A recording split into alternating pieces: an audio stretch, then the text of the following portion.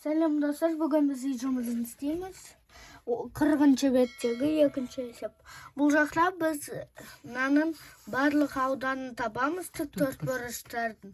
Содан кейін олардың ортасын табамыз. Оны екіге бөлеміз.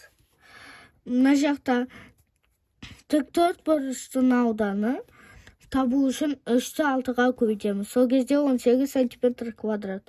Ал 3 бұрыштың ауданын табу үшін 18-ді 2-ге бөлеміз, 9 см квадрат.